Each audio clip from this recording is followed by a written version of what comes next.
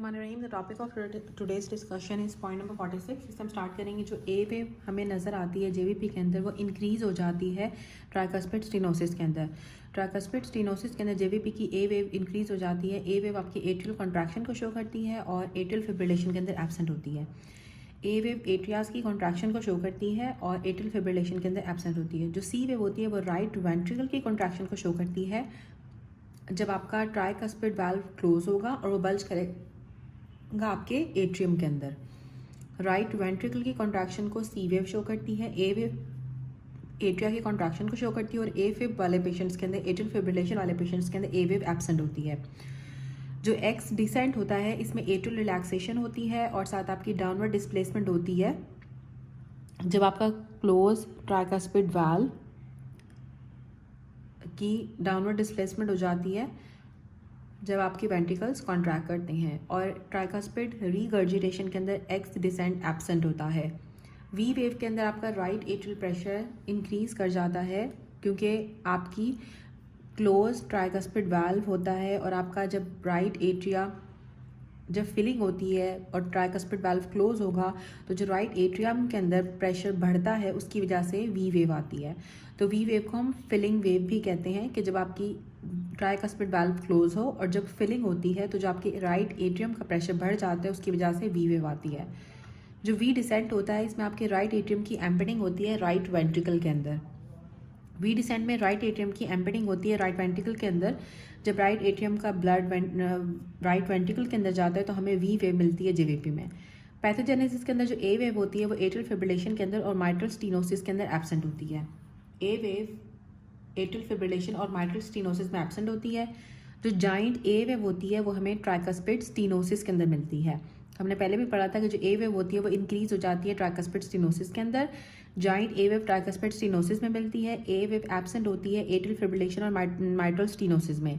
जो giant we wave होती है वो हमें ट्राइकस्पिड रिगर्जिटेशन में मिलती है। जो एक्स डिसेंट होता है वो ट्राइकस्पिड रिगर्जिटेशन में एब्सेंट होता है। जो वी वेव है वो ट्राइकस्पिड रिगर्जिटेशन के अंदर बहुत बड़ी हो जाएगी, लेकिन जो एक्स डिसेंट होता है वो एब्सेंट हो जाता है जब आपकी ट्राइकस्पिड रिगर्जिटेशन होती है।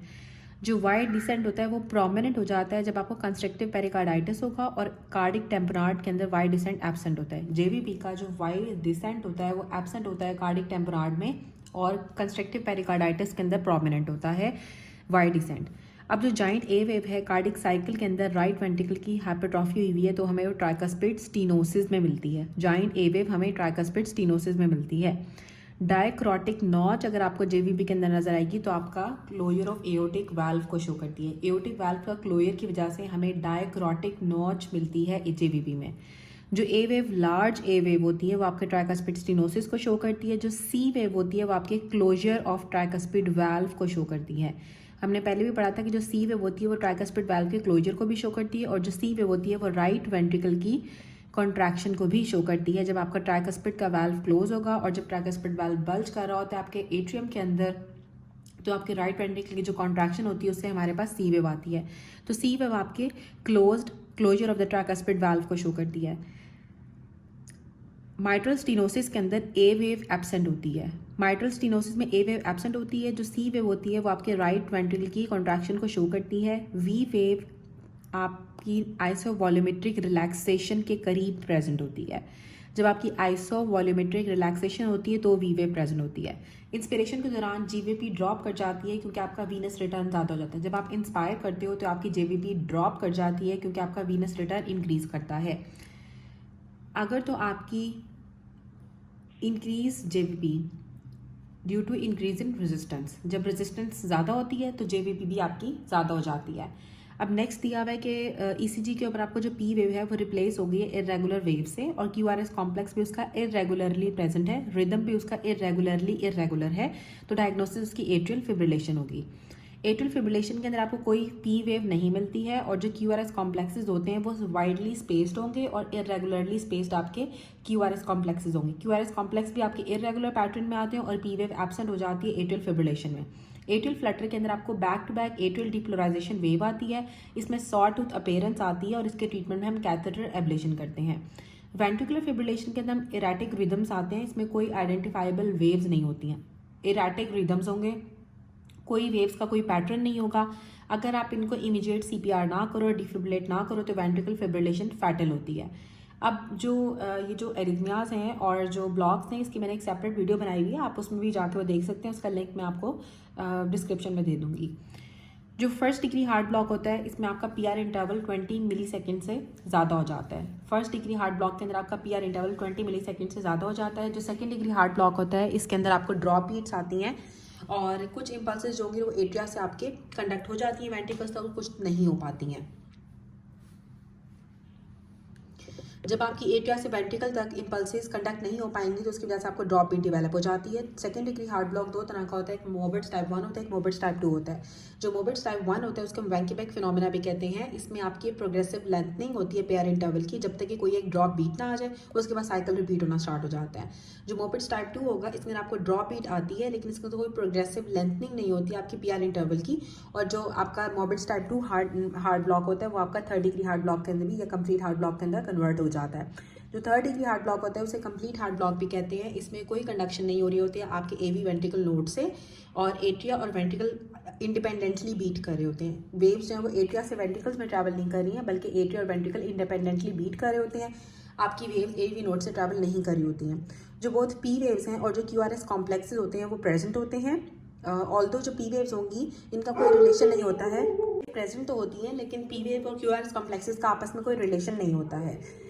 जैसे हम नॉर्मली क्या होता है ECG में P वेव के बाद आपका हमेशा QRS कॉम्प्लेक्स आता है, लेकिन इसके अंदर P वेव्स और QRS कॉम्प्लेक्स आपके इंडिपेंडेंटली आ रहे होंगे, आपस में उनका कोई रिलेशन नहीं होगा।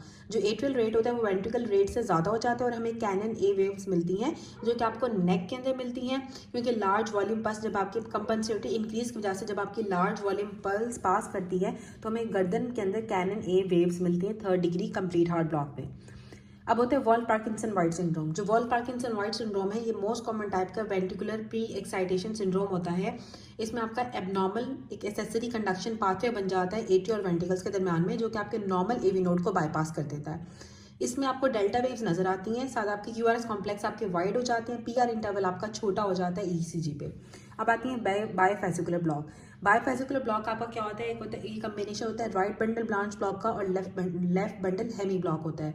इसमें हमें एक्सिस डेविएशन होती है, जैसे कि जब आपकी लेफ्ट एंटीरियर डिसेंडिंग आर्टरी का ब्लॉकेज होता है तो आपको left anterior hemi block develop हो जाता है। अब आते हैं ट्राइफेसिकुलर ब्लॉक। जो ट्राइफेसिकुलर ब्लॉक होता है इसमें आपका बायोफेसिकुलर ब्लॉक का और फर्स्ट डिग्री हार्ट ब्लॉक का ये कम्बिनेशन होता है। अब हम बढ़ते हैं एट्रियल फिब्रिलेशन। एट्रियल फिब्रिलेशन की वजह से आपको एम्बुलेंस की वजह से एट्रियल फिब्रिलेशन की वजह से आपको एम्बुलेंस डेवलप हो जाता है। अब एक पेशेंट है जिसको माइट्रल स्टेनोसिस है और उसको अब एट्रियल फिब्रिलेशन डेवलप हो गई है, तो मोस्ट सुटेबल फाइंडिंग के अंदर उसका जो RR इंटरवल है वो इरेगुलर हो जाएगा। जो मोस्ट सुटेबल फाइंडिंग होती है एट्रियल फिब्रिलेशन के अंदर वो RR इंटरवल आपका इरेगुलर हो जाता है। अब एक पेशेंट प्रेग्नेंट फीमेल है, उसको माइट्रल स्टेनोसिस डेवलप हो गई है, साथ उसको AFib डेवलप हो गया, तो अब आपने उसको IV हेपरिन देनी है। ठीक है, अगर प्रेग्नेंट फीमेल है, माइट्रल स्टेनोसिस थी और अब उसको एट्रियल फिब्रिलेशन के साथ आई है तो उसको हम IV हेपरिन देंगे, क्योंकि प्रेगनेंसी आपकी हाइपरकॉगुलेबल स्टेट होती है, उसको एम्बुलेंस डेवलप ना हो तो आपने उसको एंटीकॉगुलेंट में IV हेपरिन देनी है।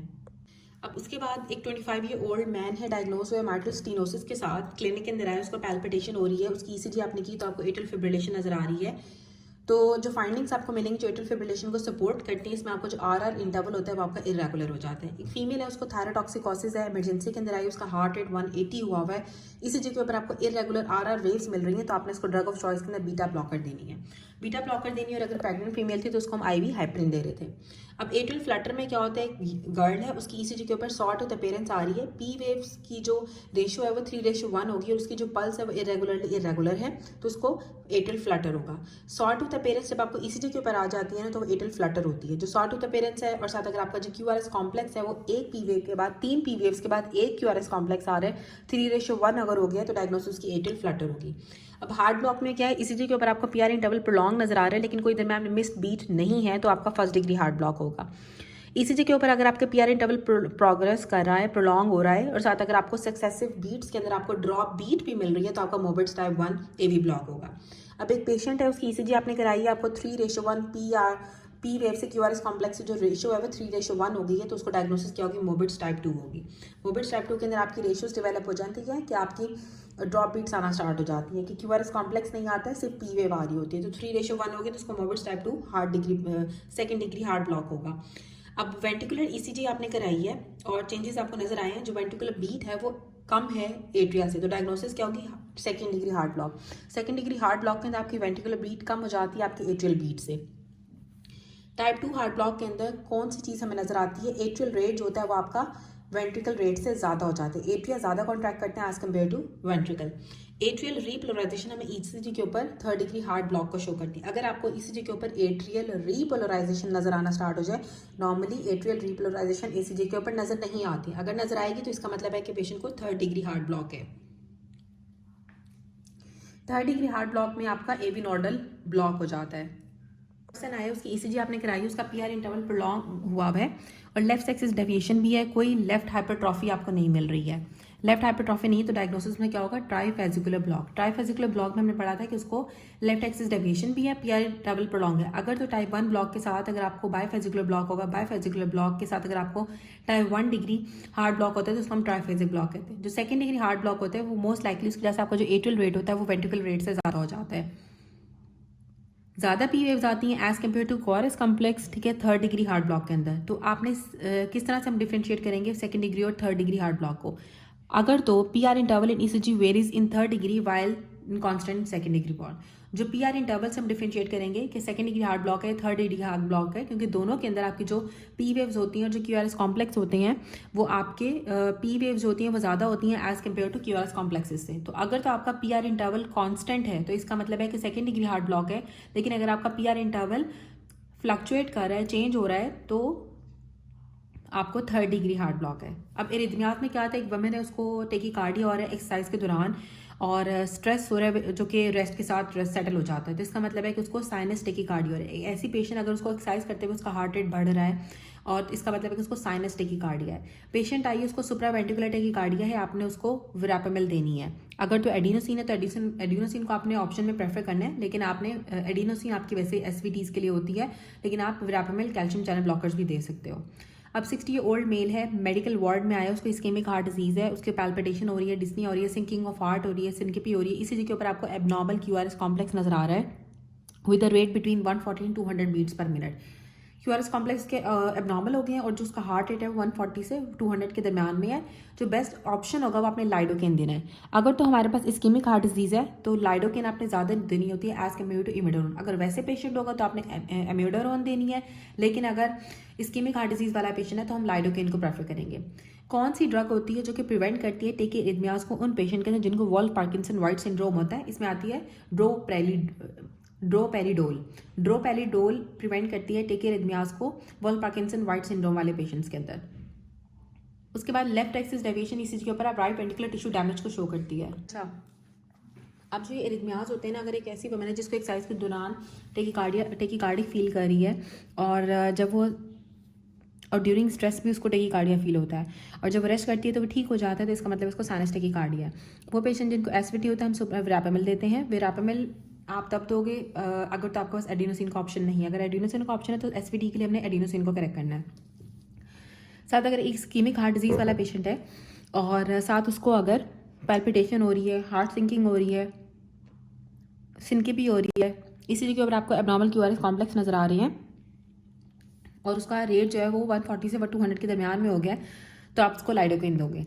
लेकिन अगर कोई और पेशेंट होगा जिसको इस्केमिक हार्ट डिजीज़ नहीं है तो फिर आप एमिडोरोन को प्रेफर करोगे। टेकीकार्डियाज को प्रिवेंट करने के लिए हम ड्रोपेरिडोल देते हैं। अब जो लेफ्ट एक्सिस डेविएशन होती है ना ईसीजी के ऊपर, वो आपके राइट वेंट्रिकल के टिश्यू डैमेज के बारे में बताती है कि आपके राइट वेंट्रिकल का टिश्यू डैमेज हो गया जब आपकी लेफ्ट एक्सिस डेविएशन हो जाती है ईसीजी के ऊपर। पी वेव अगर आपकी एब्सेंट हो ईसीजी के ऊपर तो इसका मतलब है कि आपको पी वेव एब्सेंट होती है ईसीजी के ऊपर नोडल रिदम के अंदर। जब आप नोडल रिदम लेते हो तो उसमें आपकी पी वेव्स एब्सेंट होती हैं। री एंट्री सर्किट हमें पैरोक्सिस्मल नोडल टेकीकार्डियस के अंदर नजर आता है। जो री एंट्री सर्किट्स होते हैं वो अक्सर हमें सुप्रावेंट्रिकुलर एरिथमियाज के अंदर नजर आते हैं, लेकिन जो बेस्ट ऑप्शन है वो आपका पैरोक्सिस्मल नोडल टेकीकार्डिया है। पीएनटी से याद रख लें कि जो री एंट्री सर्किट्स होते हैं वो हमें पैरोक्सिस्मल नोडल टेकीकार्डिया के अंदर नजर आते हैं। और अगर ये ऑप्शन में नहीं दिया हुआ तो फिर आपने कहना है कि सुप्रावेंट्रिकुलर एरिथमियाज के अंदर हमें री एंट्री सर्किट्स नजर आते हैं।